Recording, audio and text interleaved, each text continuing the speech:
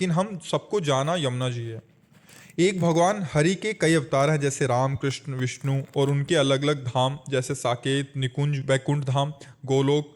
तो सब एक जगह कहाँ जा रहे हैं? एक भगवान के अलग अलग लोक क्यों? कहाँ अलग है?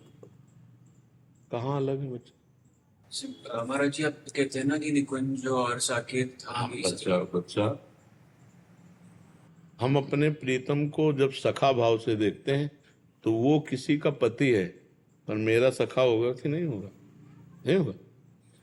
अब जब वो हम सखा भाव से भज रहे तो हमारे लिए वो सखा है, पर वो है किसी का पति भी, वो किसी का पुत्र भी है, वो किसी का पिता भी है। जैसे दास्य भाव, सख्य भाव, वात्सल्य भाव, कांता भाव, गोपी भाव, सहचरी भाव, ये भगवान की प्राप्ति के, भगवान के प्रेम के भाव है ना।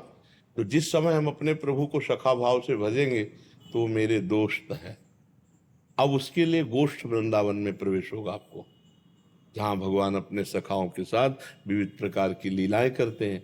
अब जब हम अपने प्रभु को अपना पति मानेंगे, गोपी भाव, तो फिर कांत वृंदावन जो गोपी वृंदावन है उसमें प्रवेश होगा। और जब हम प्रियाजू की दासी का भाव करके प्रीतम को रिझाएंगे, प्रिया प्रीतम को, तब नवनिवृत्त निकुंज वृंदावन जाए। जब हम अपने प्रभु को राम रूप में भजेंगे तो साकेत जाएंगे। जब अपने प्रभु को शिव रूप में भजेंगे तो कैलाश जाएंगे। जब अपने प्रभु को कृष्ण रूप से भजेंगे तो गोलोक जाएंगे। जब अपने प्रभु को प्रियालाल के रूप में भजेंगे तो नवनिवृत्त निकुंज वृंदावन जाएंगे। ये यथा माम प्रपद्यन्ते तास तथैव भजाम्य हम, जैसे मुझे जीव भजता है मैं उसके अनुभव में वैसे ही आता हूँ। समझ पाए? तो हमारे भगवान अनेक नहीं है, हमारे भाव अनेक हैं, तो उसी के अनुसार भगवान दिखाई देते हैं। लाल चश्मा चढ़ाया तो लाल सृष्टि, हरा चढ़ाया तो हरी सृष्टि, हमारे चश्मे का भेद है। तो जब हम प्रभु को भाव में देखते हैं और जब हम कोई भाव नहीं देखते तो मुक्त हो जाते हैं, और भाव में देखा तो भक्त बन जाते हैं। भगवान में नहीं है कुछ, आप में है।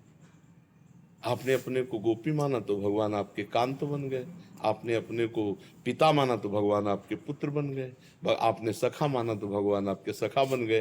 तो जहां सखा की लीला हो रही है वो गोष्ठ वृंदावन है, जहां गोपी के साथ लीला हो रही है वो गोपी वृंदावन है, जहां प्रियालाल के साथ सखियां लीला कर रही वो नवनिवृत्त निकुंज वृंदावन है, जहां राम लीला हो रही वो साकेत धाम है, जहां शिव लीला हो रही वो कैलाश धाम है। तो वही धाम है एक, वही आपके लिए कैलाश हो जाएगा, आपके लिए साकेत हो जाएगा, आपके लिए वृंदावन चिदानंद धाम। वही राम नाम है, वही श्याम है, वही वाराह बन गए, वही मत्स्य बन गए, वही कूर्म बन गए, वही नरसिंह बन गए, वही वामन बन गए, वही राम बन गए, वही परशुराम बन गए, वही कृष्ण बन गए, है ना वही।